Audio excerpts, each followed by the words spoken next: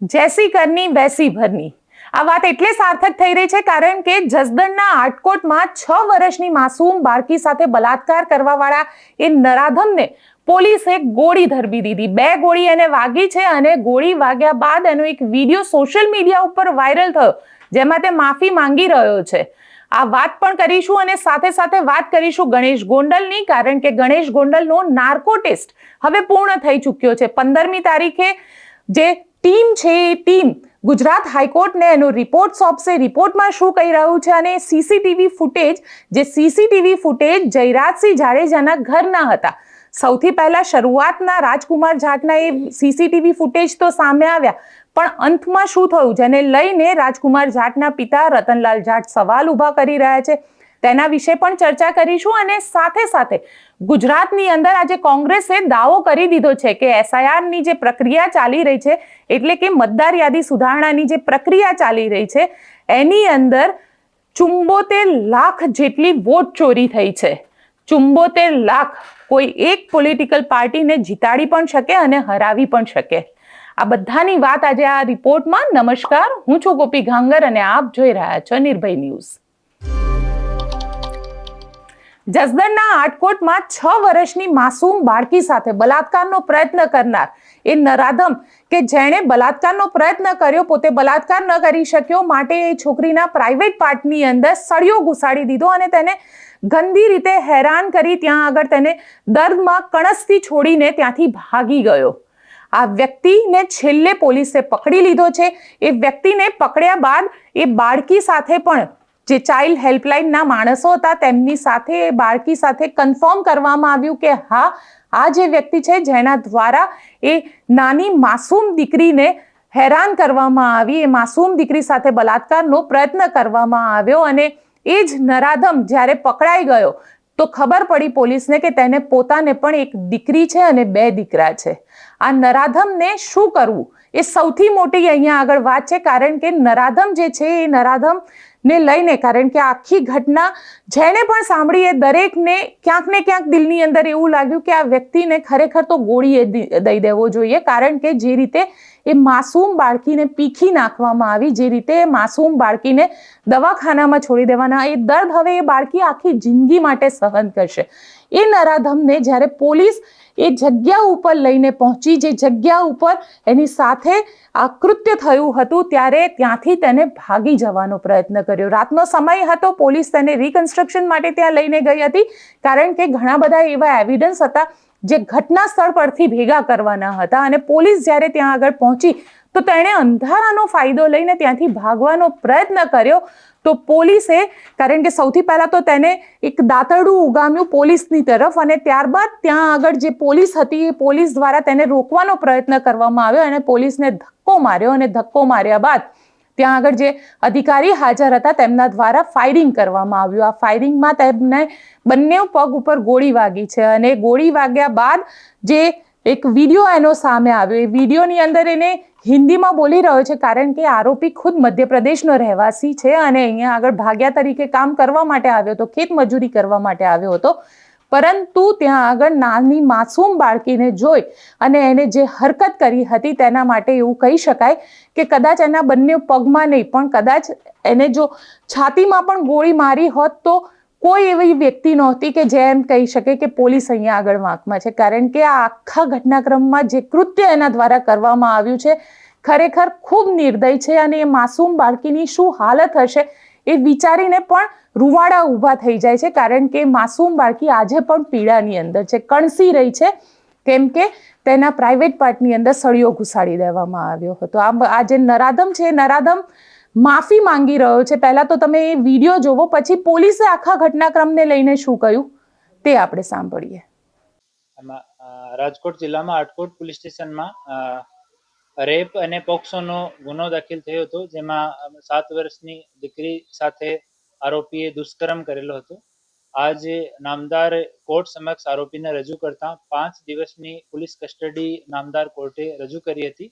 Custody મળ્યા પછી સરકારી પંચો સાથે જો આ ગુનામાં જો વેપન તરીકે સળિયો કામમાં લીધેલો હતો અને અન્ય વસ્તુ આની ડિસ્કવરી કરવા માટે, ડિસ્કવરી પંચનામા કરવા માટે સરકારી પંચોની હાજરીમાં ગુનાવાળી જગ્યા અમારા આટકોટ પોલીસ સ્ટેશનના પીઆઈ, એલસીબીની ટીમ અને એસઓજીની ટીમ સાથે ત્યાં પંચનામો કરવા માટે ગયા હતા. પંચનામો પૂરો થયા પછી ત્યાં જ પૂરો થતા જ્યારે પરત આવતા હતા ત્યારે આરોપીએ ભાગવાના ઈરાદાથી પોલીસ ઉપર જાનલેવા હુમલો કર્યો. ત્યાંથી એક લોખંડનો ધારિયાથી અમારી પોલીસ ઉપર હુમલો કરવામાં આવ્યો અને અમારો એક પોલીસ હેડ કોન્સ્ટેબલ જો એલસીબીમાં ફરજ બજાવે છે, ધર્મેશભાઈ બાવલિયા, એના ઉપર 2 વખત ધારિયાથી હુમલો કરવામાં આવ્યો, જેથી ધર્મેશના હાથ ઉપર અને ચેસ્ટ ઉપર ઈજા થઈ છે. અને બીજા કર્મચારીઓ તરફ દોડતા હુમલો કરતા અને સેલ્ફ ડિફેન્સમાં અમારા પોલીસના 2 અધિકારીઓ તરફથી એક રાઉન્ડ જેટલો આને કાબુ કરવામાં જરૂરી હોય એટલો ફોર્સ યુઝ કરવામાં આવ્યો અને બંને પગમાં એક ગોળી આરોપીને વાગી છે. ઘટનાની તુરંત કંટ્રોલ રૂમમાં જાણ કરવામાં આવી અને તુરંત 108 ઉપર કોલ કરવામાં આવ્યો અને આરોપીને અને અમારા ઘાયલ પોલીસ કર્મી બંનેને આટકોટમાં જો ડોક્ટર બોગરાનો હોસ્પિટલ છે એમાં એડમિટ કરવામાં આવ્યા. ત્યાં પ્રારંભિક સારવાર થઈ છે. એના પછી આરોપીને અને અમારા ઘાયલ પોલીસ કર્મી બંનેને રાજકોટ સિવિલ હોસ્પિટલ ખાતે રેફર કરવામાં આવે છે અને હવે બંને ઓન ધ વે છે.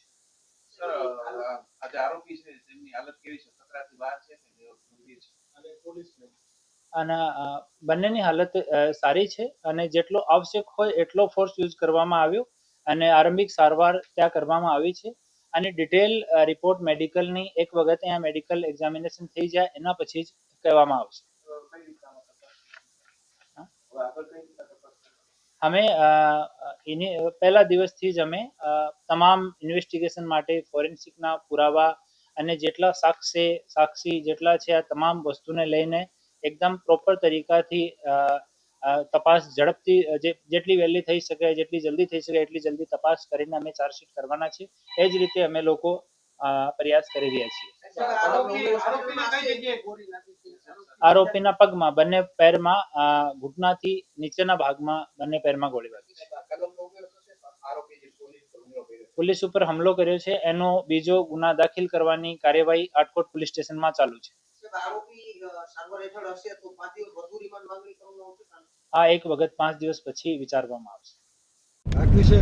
आप मेरे से भूल गए, दोबारा कभी भूल नहीं करूंगा और कभी कहीं गुजरात में कभी आएंगे भी नहीं, देखेंगे भी नहीं. आज से माफ कर दो, हाथ जोड़ो तुम्हारे. आप मेरे से भूल गए, दोबारा कभी भूल नहीं करूंगा और कभी कहीं गुजरात में कभी आएंगे भी नहीं, देखेंगे भी नहीं. आज से माफ कर दो, हाथ जोड़ो तुम्हारे.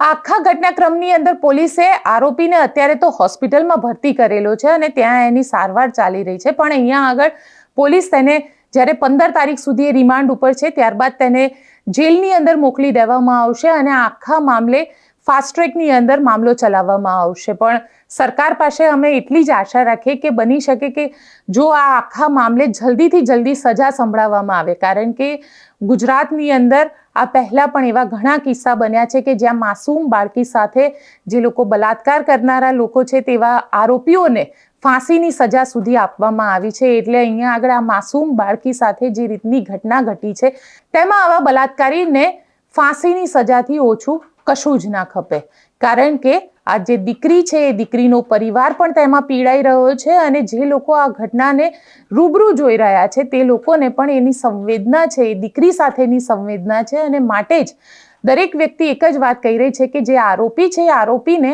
આકરામાં આકરી સજા જે થઈ શકતી હોય તે ચોક્કસથી થવી જોઈએ. હવે વાત કરી લઈએ ગણેશ ગોંડલની, કારણ કે રાજકુમાર જાટ કેસની અંદર આજે ગણેશ ગોંડલનો નાર્કો જે છે તે પૂર્ણ થઈ ચૂક્યો છે.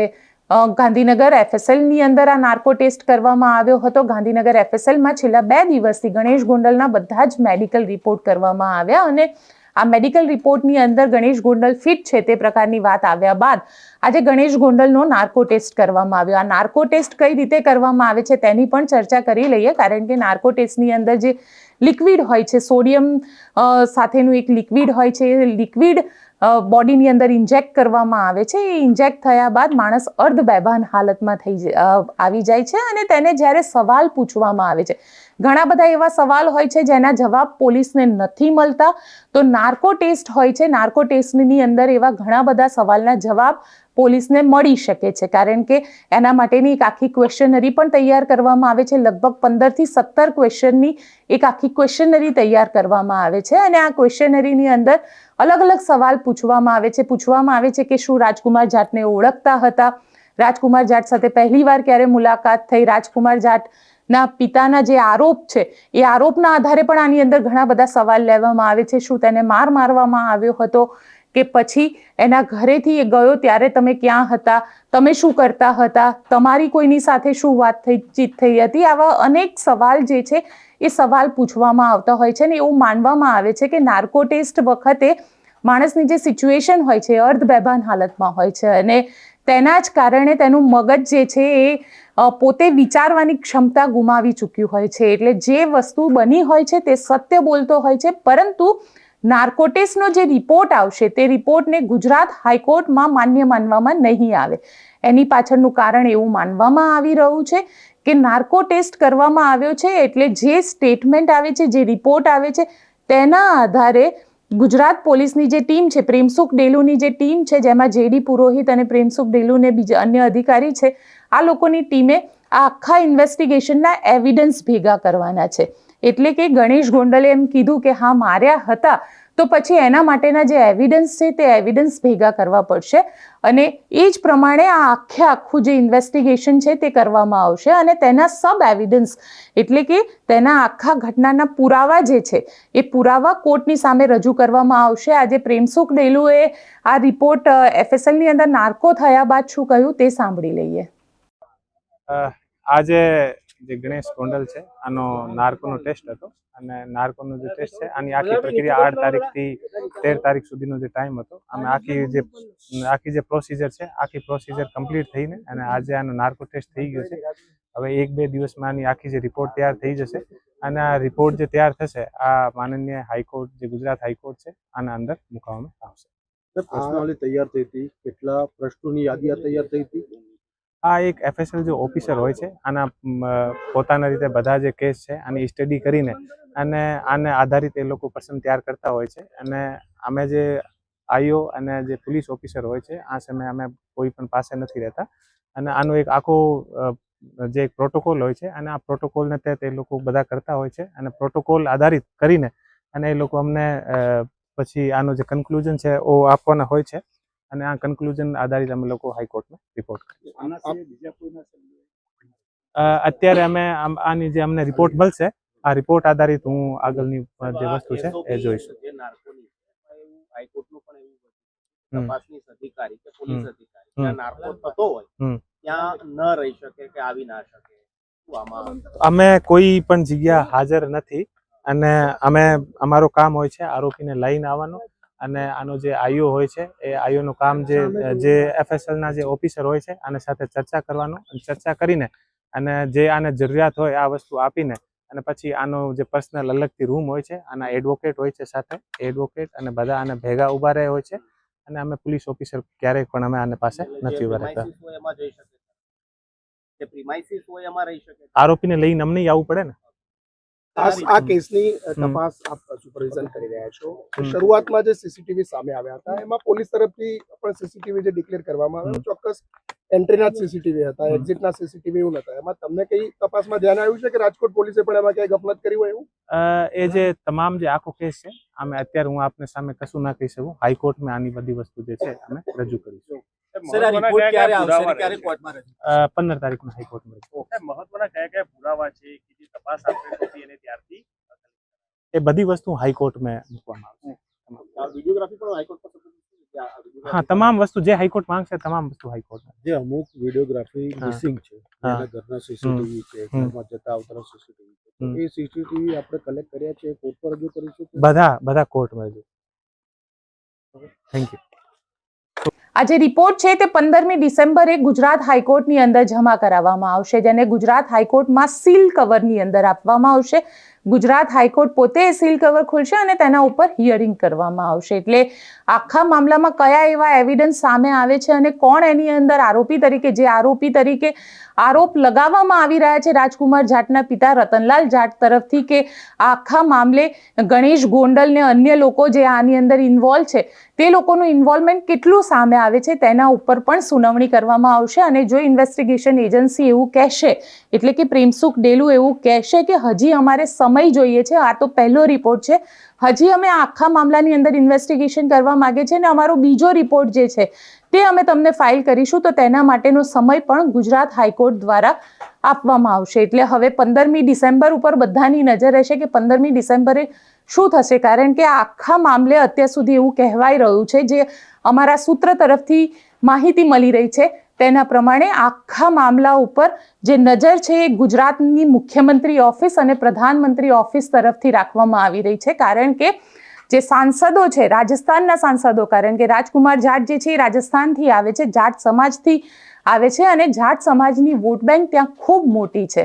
તેવામાં પ્રધાનમંત્રી કાર્યાલયને પણ એક જે કહી શકાય આવેદનપત્ર એ જાટ સાંસદો દ્વારા આપવામાં આવ્યું હતું અને ભારતીય જનતા પાર્ટીના બધા સાંસદો દ્વારા જે આવેદનપત્ર આપવામાં આવ્યું તેના કારણે આખા ઘટનાક્રમ ઉપર જે ઇન્વેસ્ટિગેશન થઈ રહ્યું છે તેના ઉપર પ્રધાનમંત્રી કાર્યાલયની પણ નજર છે અને સાથે સાથે મુખ્યમંત્રી કાર્યાલયની પણ નજર છે. કારણ કે આખા ઘટનાક્રમમાં જો કોઈ અપડેટ આવશે તો ક્યાંક ને ક્યાંક સવાલ ભારતીય જનતા પાર્ટી ઉપર ચોક્કસથી ઊભા થશે. કારણ કે ગણેશ ગોંડલના માતા જે છે તે ભારતીય જનતા પાર્ટીના અત્યારે ધારાસભ્ય છે.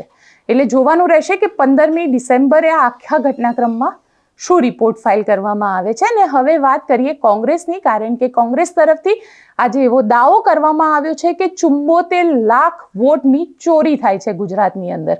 અત્યાર સુધી જે મતગણતરી પ્રમાણે જેટલા પણ વોટર્સ હતા તે વોટર્સમાં 74 લાખ વોટર્સ એવા છે કે જેમાં લોકોનું મૃત્યુ થયું છે, એકના એક વોટર 2 જગ્યાએ છે. એવી આખો બાયફર્કેટ ડેટા જે છે એ ડેટા કોંગ્રેસ દ્વારા આપવામાં આવ્યો અને કોંગ્રેસ દ્વારા એવું કહેવામાં આવ્યું છે કે આ લેટેસ્ટ ડેટા છે અને એ ડેટાના આધારે એવો દાવો કરવામાં આવ્યો છે કે 74 લાખ વોટર જે છે તે વોટની ચોરી ગુજરાતની અંદર કરવામાં આવે છે, જે ખૂબ મોટી સંખ્યા છે.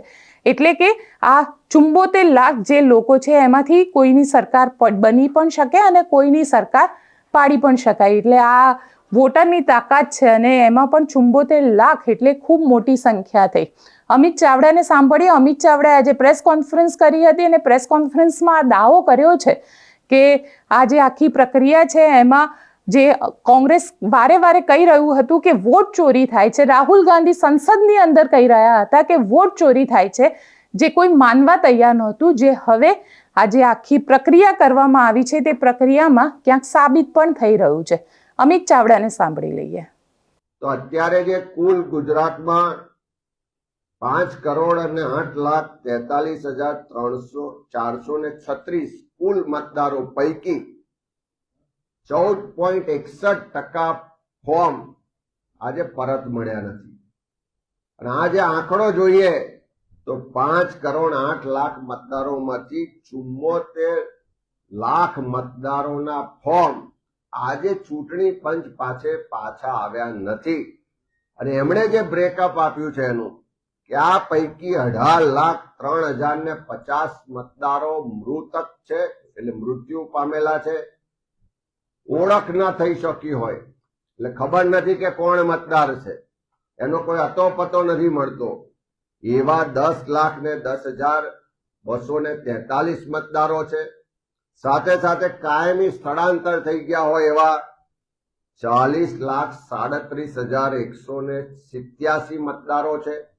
આ ત્રણેયનો સરવાળો કરીએ તો ફોર્મ નથી આવ્યા એવા શંકાના દાયરામાં હોય, ખોટા હોય, મૃત્યુ પામેલા હોય એવા કુલ મતદારો ગણીએ તો 74,29,285 મતદારો આજની તારીખે ચૂંટણી પંચ પોતે સ્વીકારે છે કે આ મતદારો ત્યાં હયાત નથી. એનો સ્પષ્ટ મતલબ છે, અમે તો કહેતા હતા 12%ના રેશિયોમાં વોટ ચોરી થાય છે, પણ આજે ચૂંટણી પંચે સ્વીકાર્યું છે કે 14.61% મતદારોનો અતોપતો નથી. એટલે આ જ રીતે જો જોઈએ તો 2002 થી અત્યાર સુધી જેટલી પણ ચૂંટણીઓ થઈ, આ 14% રેશિયોએ વોટ ચોરી ગુજરાતમાં થઈ રહી હતી. આટલા બધા મૃતક હોય, આટલા બધા આઈડેન્ટિફાઈ ના થયેલા મતદારો હોય, આટલા બધા સ્થળાંતર થયેલા મતદારો હોય, તેમ છતાં અત્યાર સુધી આ મતદાર યાદીમાં નામો ચાલ્યા, અત્યાર સુધી આ નામો પર ખોટા વોટ નખાયા, અત્યાર સુધી આ વોટોની ચોરી થઈ. એક વ્યક્તિ એક વોટનો બંધારણનો અધિકાર છે, એના બદલે એક વ્યક્તિ અનેક વોટ. એ રીતે ગુજરાતમાં ચૂંટણી પંચની મદદથી આ ભારતીય જનતા પાર્ટીની સરકારે આટલા વર્ષો સુધી વોટ ચોરી કરી અને ચૂંટણીઓમાં એનો ફાયદો લીધોનું સ્પષ્ટ આજે પુરાવા ચૂંટણી પંચ આપી રહ્યું છે. હજુ પણ અમારી સરકાર પાસે, ચૂંટણી પંચ પાસે માગણી છે કે હજુ તો તમે જે આંકડા આપ્યા છે એનાથી અનેક ગણી વધારે વોટ ચોરી આજે પણ આ મતદાર યાદીઓમાં છે. અમે પહેલા ચૂંટણી પંચને લેખિતમાં રજૂઆત કરી છે કે સેંકડોની સંખ્યામાં ડુપ્લિકેટ મતદારો છે, કે ગુજરાતમાં જ એક વિસ્તારમાંથી બીજા વિસ્તારમાં રહેતા હોય ને બંને જગ્યામાં એના મતો આજે પણ છે. સૌરાષ્ટ્રથી કોઈ સુરત રહેવા ગયું હોય તો એના મત સૌરાષ્ટ્રમાં પણ છે, સુરતમાં પણ છે, એવું આખા ગુજરાતમાં છે. બીજા રાજ્યોના રહેવાસીઓના મત એના રાજ્યમાં પણ છે અને ગુજરાતમાં પણ છે. આટલી ટેકનોલોજીના યુગમાં સરકાર પાસે, ચૂંટણી પંચ પાસે ડુપ્લિકેટ મતદારો શોધવાનું કોઈ સોફ્ટવેર નથી. કાં તો એ તમારી પાસે વ્યવસ્થા છે, તમે પબ્લિકલી એને જાહેર કરવા નથી માંગતા. ત્યારે હજુ પણ અમારી માંગણી છે કે આ SIR ની ડ્રાફ્ટ યાદી જાહેર થાય એ પહેલા ગુજરાતમાં જેટલા ડુપ્લિકેટ વોટર્સ છે એ ડુપ્લિકેટ વોટર્સને શોધી કાઢવામાં આવે, એની યાદી પ્રસિદ્ધ કરવામાં આવે અને 2 જગ્યાએ મત હોય તો એક જગ્યાએથી એનો મત કમી કરવામાં આવે તો હજુ પણ બીજા લાખોની સંખ્યામાં વોટ ચોરી જે થઈ રહી છે એ ઉજાગર થશે. સ્પષ્ટ છે કે ચૂંટણી પંચે આજે 6 રાજ્યની અંદર આજે સમય મર્યાદા હતી એસઆઈઆરની કામગીરીની, તે એસઆઈઆરની કામગીરીની સમય મર્યાદાને પણ વધારી દીધી છે અને હવે નજર આપણી રહેશે 15મી ડિસેમ્બર ઉપર, કારણ કે 15મી તારીખે ગણેશ ગોંડલના નાર્કો ટેસ્ટ સાથેનો જે રિપોર્ટ છે તે રિપોર્ટ ગુજરાત હાઈકોર્ટની અંદર ફાઇલ કરવામાં આવશે. એટલે આ બધા જ ન્યૂઝ તમને નિર્ભય ન્યૂઝ ઉપર જોવા મળશે, તો અમારી સાથે જોડાયેલા રહો. જો અમારી ચેનલને સબસ્ક્રાઇબ નથી કરી તો સબસ્ક્રાઇબ કરી દો અને સાથે સાથે બેલ આઇકન એના ઉપર ક્લિક કરવાનું ભૂલતા નહીં, તાકી તમને બધા જ નોટિફિકેશન મળતા રહે. આભાર.